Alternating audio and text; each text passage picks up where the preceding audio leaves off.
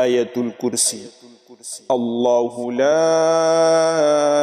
الہ الا ہو الحی القیوم لا تأخذہ سنة ولا نوم لہ ما فی السماوات وما فی الارض من ذا الذی یشفع عنده إلا بإذنه يعلم ما بين أيديهم وما خلفهم ولا يحيطون بشيء من علمه إلا بما شاء وسع كرسيه السماوات والأرض ولا يؤوده حفظهما وهو العلی العظیم۔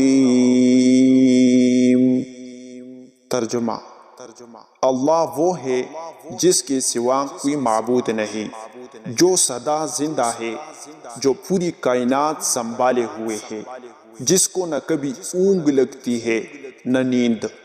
آسمانوں میں جو کچھ ہے وہ بھی اور زمین میں جو کچھ ہے وہ بھی سب اسی کا ہے۔